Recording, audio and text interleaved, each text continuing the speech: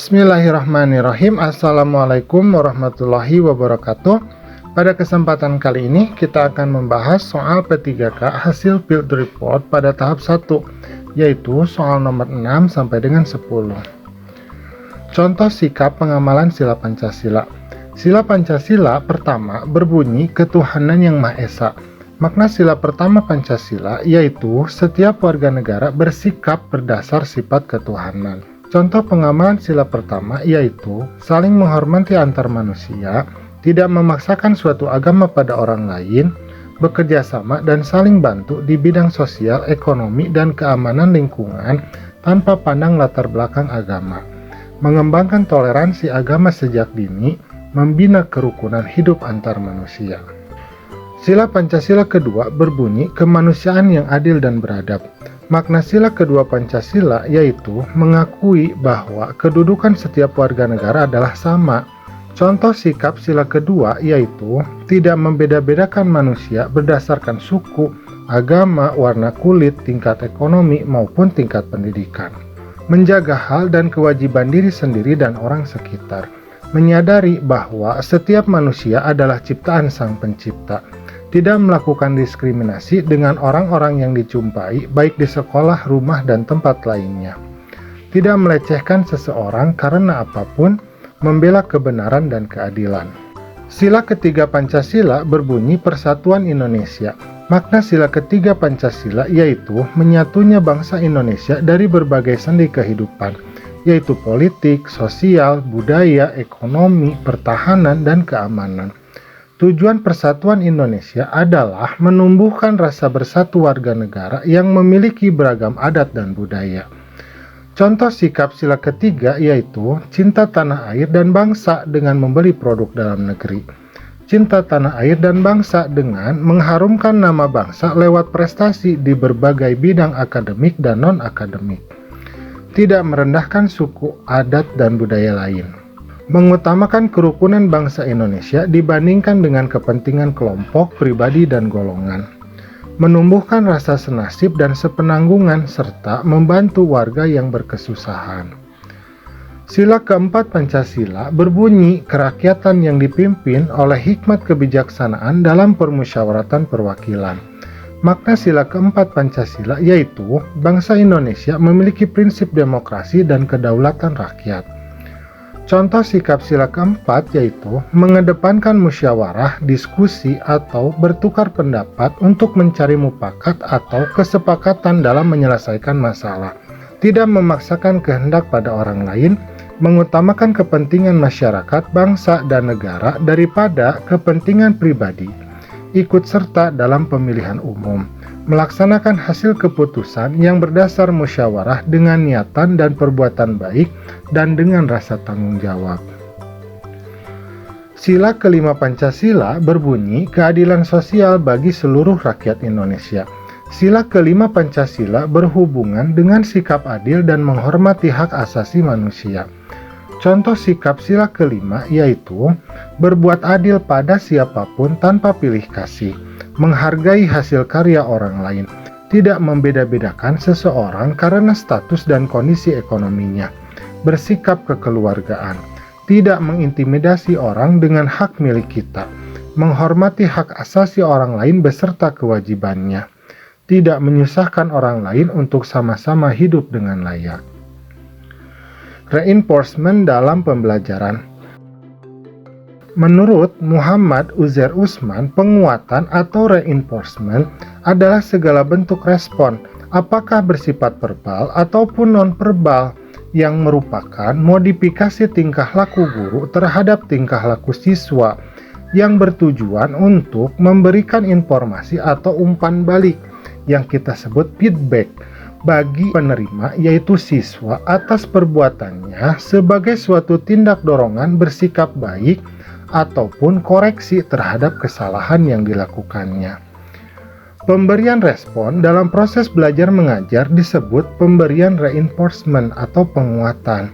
Respon positif atau reward bertujuan agar tingkah laku yang sudah baik frekuensinya akan berulang atau bertambah.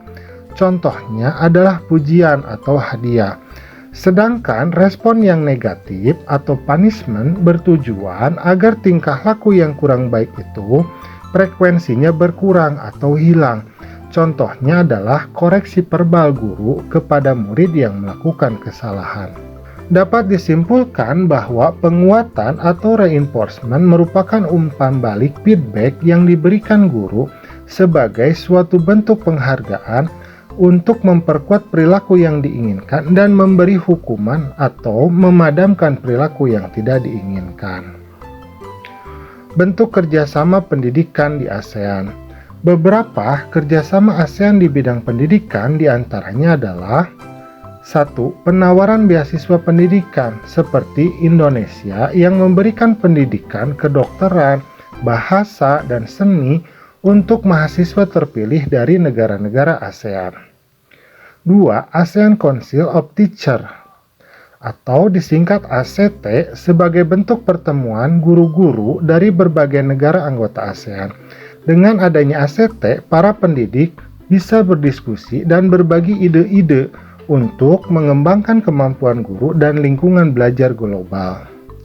3. Mengadakan Olimpiade Regional Asia Tenggara di bidang pendidikan untuk negara-negara anggota ASEAN. 4. ASEAN Japan Scholarship Fund, fasilitas beasiswa untuk negara-negara anggota ASEAN untuk belajar di berbagai universitas ASEAN dan Jepang. 5. Adanya program ASEAN Europe Union Cooperation and Scholarship Day, di mana memberikan beasiswa kepada negara-negara anggota ASEAN untuk menjalani pendidikan di Eropa, khususnya pendidikan tinggi. Pemberian beasiswa ini tidak hanya untuk mahasiswa, melainkan juga tenaga pendidik dari ASEAN. Cara menentukan ide pokok paragraf. Ciri-ciri ide pokok paragraf yaitu 1. Memiliki kalimat pendukung atau kalimat penggembang atau penjelasan. 2. Ada yang mendukung, baik itu berupa penjelasan atau alasan yang menguatkannya.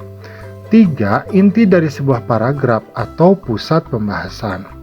Contoh ide pokok dalam paragraf deduktif.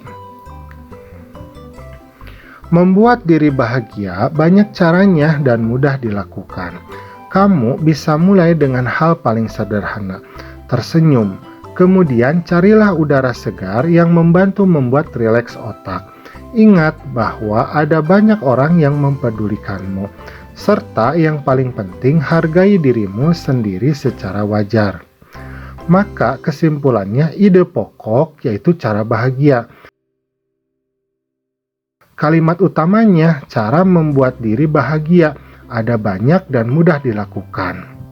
Kalimat penjelasnya, kamu bisa mulai dengan hal paling sederhana, tersenyum.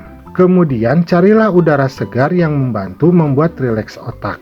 Ingatlah bahwa ada banyak orang yang mempedulikanmu, serta yang paling penting hargai dirimu sendiri secara wajar.